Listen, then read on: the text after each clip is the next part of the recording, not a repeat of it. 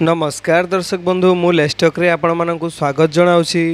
Hi friends, केबे लागू होबो 8th पे कमिशन एवं सरकारी चाकरिया मानक पई आसिला गोटे बहुत बड़ खुशी खबर।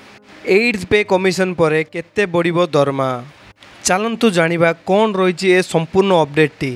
वीडियो टी स्टार्ट करिया पूर्व मोर गोटे छोटिया अनुरोध, चैनल को जदि नुआ करी आछंती चैनल को सब्सक्राइब करी पाखरे थिया बेल बटन क्लिक कर दिंतु एवं वीडियो गोटे लाइक कर दिंतु। चलंतु देर न करी वीडियो टी स्टार्ट करिबा। सरकारी चाकरी करुथुवा लोकंक पई एक बहुत बड़ खुशी खबर आसीछि। केंद्र सरकार 8म वेतन कमिशन लागू करिबा पई प्रस्तुति रे व्यस्त अछंती।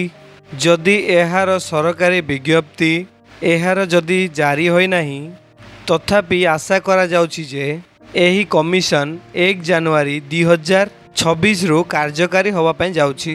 एहा केवल दरमारे नुहे बरं पेंशन रे मध्य वृद्धि होई पारे। वर्तमान देश रे 84 लाख रु अधिक कर्मचारी, 67 लाख रु अधिक पेंशन मध्य अछंती, जेउ माने एही दरमा कमिशन रु सीधा सड़क लाभ पाई परिबे। पूर्वरु प्राय 10 वर्ष पूर्वरु 2016 रे 7म वेतन कमिशन लागू होइतिला। वेतन केते वृद्धि पाई परिबो चलंतु जानि नबा। 8th वेतन कमिशन अधीन रे बाहर को आसुथिबा सबुठारु बड़ खबर होउछि कि फिटमेंट फैक्टर। एहा एक प्रकार गुणांक जहाँकि दरमा गणना कर जाय थाए। एथर फिटमेंट फैक्टर को 2.28 रु 3 पॉइंट जाए वृद्धि कर जाय परिबो। जदि एहा हुए तेबे वर्तमान सर्वनिम्न दरमा 18,000 टंका रु 21,600 टंका को वृद्धि पाई पारे। अर्थात जड़े सरकारी कर्मचारी मासिक दरमा प्राय 34.1% वृद्धि पाई पारे।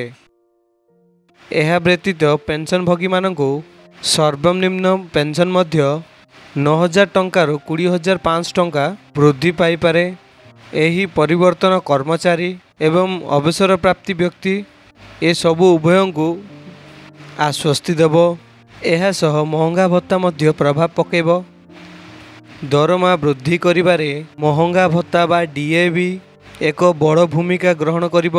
सरकार वर्ष को 2 थर जनवरी एवं जुलाई मासरे डीए समीक्षा करती। वर्तमान केंद्र सरकारी कर्मचारी एमाने 55% हार रे डीए पाउछंती, जहाँ 2026 सुधा 70% पर्यंत वृद्धि पाई पारे।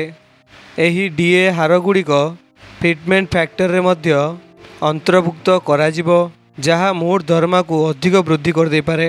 एहार अर्थ होछि केवल मूल दरमा वृद्धि होब नाही, बरं मोट इनहैंड दरमा रो उन्नति आसीबो। संपूर्ण घोषणा केबे कराजिबो?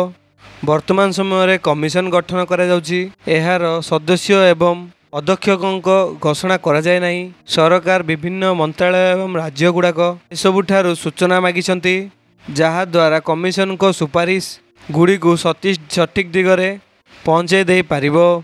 तो फ्रेंड्स, यह थिला गोटे छोटिया अपडेट। जदि वीडियोटी भल लगी तो वीडियो गोटे लाइक करदे। जो चैनल को नुआ करी आछंती चैनल को सब्सक्राइब करी पाखरे दिया बेल आइकन को क्लिक करदे, जहाँ द्वारा आमर ये लेटेस्ट वीडियो गुड़ाक सर्वप्रथम पाइपर। धन्यवाद। जेकोसी डाउट अच्छे कमेंट सेक्शन रे पचारंतु।